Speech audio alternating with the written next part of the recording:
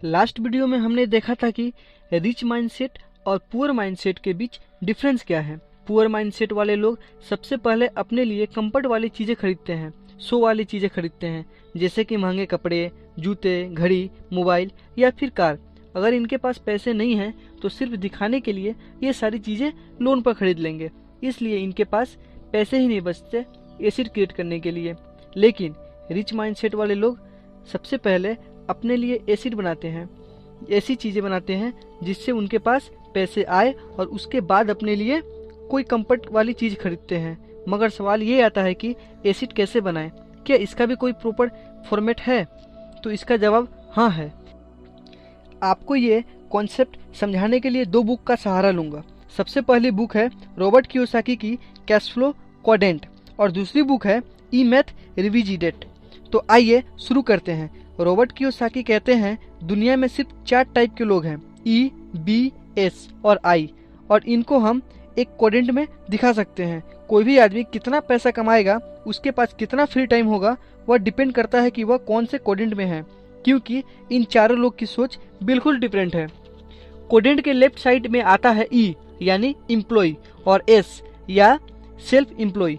ये वह लोग हैं जो पैसे को टाइम के साथ एक्सचेंज करते हैं। क्वाड्रेंट के राइट साइड में आता है बी यानी बिजनेस ओनर या फिर आई यानी इन्वेस्टर। ये वह लोग हैं जो पैसे से पैसा बनाते हैं या किसी और के टाइम से पैसा बनाते हैं। तो आइए इन चारों को थोड़ा डिटेल में समझ लेते हैं। सबसे पहले आता है एम्प्लॉय। ये वह इंसान है जिन्हें जॉब की सिक्योरिटी चाहिए, हर महीने सेम अमाउंट की पे चेक चाहिए, इसे रिटायरमेंट के बाद पेंशन चाहिए, हर चीज़ इंश्योरेंस के साथ कवर चाहिए। ये कोई फाइनेंशियल रिस्क नहीं लेना चाहते हैं। जो भी लोग जॉब कर रहे हैं वे सारे इस कैटेगरी में आते हैं। ये लोग अपने टाइम के बदले में पैसा कमाते हैं। जिस दिन ये काम करना बंद कर देंगे इन्हें पैसा भी आना बंद हो जाएगा, और गवर्नमेंट के रूल्स के अनुसार ये लोग सबसे ज़्यादा टैक्स पे करते हैं। लेकिन दूसरे तरफ जो इंसान खुद का बॉस बनना चाहता है, औरों पे डिपेंड नहीं रहना चाहता, वो अपनी कोई दुकान खोल देता है, फिर चाहे वो लॉयर हो, डॉक्टर हो या फिर कंप्यूटर ग्राफिक डिजाइनर हो, वह सेल्फ एम्प्लॉय की कैटेगरी में आता है। इनकी सबसे बड़ी गलती ये है कि ये लोग सोचते हैं कि बिजनेस कर रहे हैं, जबकि ये सेल्फ एम्प्लॉय है। इनके पास एक ऐसी जॉब है जो उन्होंने खुद को दे दी है। ये लोग सोचते हैं ये ठीक है, इससे अच्छा कोई काम कर ही नहीं सकता, इसलिए ये हर काम खुद करना चाहते हैं। और सबसे ज़्यादा दुख की बात यह है, जब ये सबसे ज़्यादा सक्सेसफुल होते हैं, जब इनके पास सबसे ज़्यादा कस्टमर होते हैं, उस वक्त ये सबसे ज़्यादा बिजी होते हैं और इनके पास अपनी फैमिली के लिए कोई टाइम नहीं होता। ये सारे फेमस फेस्टिवल, दिवाली, होली अपनी उस शॉप में गुजार रहे होते हैं जिस वक्त पूरी दुनिया एंजॉय कर रही होती है। ये सब इनकी मेंटालिटी के वजह से है, क्योंकि ये किसी पे ट्रस्ट नहीं करते। नेक्स्ट आता है आई यानी इन्वेस्टर।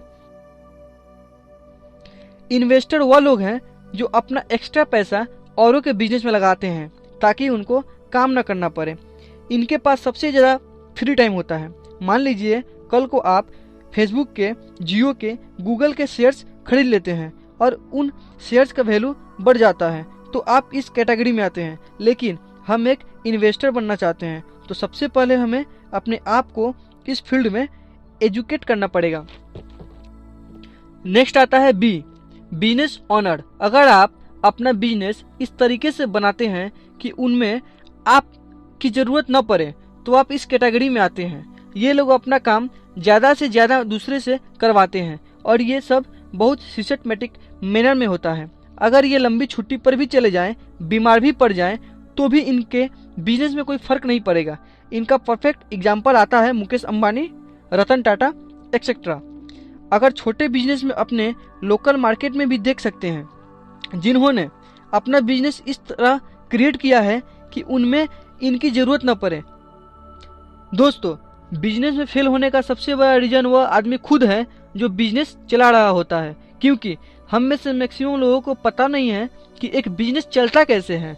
दोस्तों, जब भी एक छोटा बिजनेस स्टार्ट होता है तो उसे एक बिजनेसमैन नहीं, एक टेक्नीशियन चला रहा होता है, क्योंकि मैक्सिमम स्मॉल बिजनेस इस एटीट्यूड से खुलते हैं, अरे यार मैं उसके लिए काम कर रहा हूँ, उससे अच्छा तो मैं खुद कर सकता हूँ, इससे अच्छा खुद अपना बिजनेस खोल के ज़्यादा पैसे न कमा लूँ और हम एक बेवकूफ़ आदमी की नौकरी छोड़कर एक बड़े बेवकूफ़ आदमी के अंडर काम करने चले जाते हैं और वह हम खुद हैं। कोई आदमी अपना शोरूम खोल लेता है, एक डॉक्टर अपना दुकान खोल देता है, एक एडवोकेट अपनी शॉप खोल देता है, तो कोई इंजीनियर अपनी सॉफ्टवेयर कंपनी खोल देता है। इस एटीट्यूड से कि उसको यह टेक्निकल काम आता है और क्योंकि यह टेक्निकल काम कर सकता है इसलिए उसे लगता है कि वह ऐसा बिजनेस क्रिएट कर सकता है। ये एग्जैक्टली अपोजिट है एक बिजनेस से, क्योंकि वह बिजनेस इसी सोच से खोला गया है। तो यह एक बिजनेस नहीं, हमने एक जॉब क्रिएट किया है खुद के लिए, जो we are not a business man, we are employ. और सबसे मजे की बात क्या है दोस्तों, हम लोग बहुत प्राउड होकर बोलते हैं अगर मैं नहीं रहूं तो यह बिजनेस नहीं चलेगा। और अगर आप किसी भी रियल बिजनेसमैन से पूछ लें तो यही बोलेगा कि वह एक रियल बिजनेस तब बनता है जब आपने अपने को उस सिस्टम से बाहर निकाल दिया है। अगर आपका बिजनेस आपके बिना नहीं चल सकता तो वो बिजनेस नहीं है, यू आर सेल्फ एम्प्लॉय। लेकिन मैक्सिमम बिजनेस इस एटीट्यूड के साथ खुलते हैं कि हम वह टेक्निकल काम आता है, और जबकि उस टेक्निकल काम का बिजनेस से कुछ लेना देना नहीं है। आप चाहे बड़े से बड़े लोग का एग्जाम्पल ले लें, क्या बिल गेट्स जिस सॉफ्टवेयर MS DOS के वजह से अमीर हुए वे उन्होंने किसी और से खरीदा था $50,000 में, and he created a business. और हम इसे सिंपल बिजनेस के साथ कंपेयर करें, मान लीजिए डेंटिस्ट, और वह अपने को बिजनेसमैन मानता है, तो सबसे ज़्यादा सक्सेसफुल कब होगा? जब उसके पास सबसे ज़्यादा क्लाइंट्स आएंगे। और जिस मूवमेंट में उसके पास सबसे ज़्यादा क्लाइंट्स आएंगे उस मूवमेंट में उसके पास सबसे कम टाइम होगा अपनी लाइफ एंजॉय करने का, और उस मूवमेंट में वह उस जॉब को जिसे वह बिजनेस कह रहा है सबसे ज़्यादा नफरत करेगा। अगर आप जानना चाहते हैं कि आप बिजनेसमैन हैं या सेल्फ एम्प्लॉय, तो अपने से सिर्फ एक सवाल कीजिए, क्या मैं बिजनेस को 6 महीने छोड़कर छुट्टियों पे जा सकता हूँ? और अगर इसका जवाब ना हो तो आप एक सेल्फ एम्प्लॉय हैं, ना कि एक बिजनेसमैन। क्योंकि बिजनेस वह है जिसे आप अपने दिमाग से बहुत अच्छे बिजनेस मॉडल से इस तरह से सेट किया हुआ है कि अगर आप 6 महीने उस बिजनेस को छोड़कर छुट्टियों पर भी चले जाएं तो 6 महीने बाद वह बिजनेस पहले से बेटर मिलेगा। अब सवाल यह आता है कि ऐसा लेवल अचीव करने के लिए हमें क्या स्टेप्स उठाने पड़ेंगे। तो इसकी सबसे पहली बात यह है कि आप हर वक्त अपने से एक सवाल पूछेंगे कि मैं अपने को इस बिजनेस से कैसे बाहर कर सकता हूं, ताकि ये बिजनेस मेरे बिना भी चलता रहे। दोस्तों ये पॉसिबल है, आप लोगों को एक एग्जांपल से समझा सकता हूं, मैकडॉनल्ड के बिजनेस मॉडल से। मैकडॉनल्ड का बिजनेस मॉडल इस तरीके से बनाया गया है कि हर काम को बहुत छोटे और सिंपल भागों में तोड़ा गया है, जिसमें 10 पास स्टूडेंट भी आते हैं तो कम से कम एक वीक में ट्रेंड होकर उस बड़ी मशीन मैकडॉनल्ड के अंदर घुस के मैकडॉनल्ड के प्रोडक्ट तैयार कर सकते हैं। अगर आपने नोटिस किया होगा तो मैकडॉनल्ड का बर्गर चाहे आप चंडीगढ़ में खाएं, दिल्ली में, वो दोनों का स्वाद सेम होता है। क्या वो सेम आदमी ने बनाया है? नहीं, वह सेम तरीके से बनाया गया है। दोस्तों दूसरा तरीका जो आप इमेजिन कर सकते हैं वह है थ्रू सिस्टम, और ये ज़्यादातर ऑनलाइन बिजनेस में यूज किया जाता है। मान लीजिए आप मेहनत करके एक वेबसाइट खोल दिए, अब अगर रात के 3 बजे हैं जब आप सो रहे हैं, उस वक्त भी कोई आपके वेबसाइट पर आता है तो वह आपका प्रोडक्ट ले सकता है और पेमेंट गेटवे के थ्रू आपको पेमेंट करके आपका प्रोडक्ट हासिल कर सकता है। तो दोस्तों ये जो मेथड्स हैं जिसे हम सेल्फ एम्प्लॉय पोजीशन से एक्चुअल बिजनेसमैन बन सकते हैं। तो दोस्तों आज हमने देखा कि 4 तरह की मेंटालिटी होती है, E, S, B और I। एम्प्लॉय मेंटालिटी वह होती है जो चाहता है एक बार जॉब लग जाए उसके बाद उसे कोई टेंशन न लेना पड़े।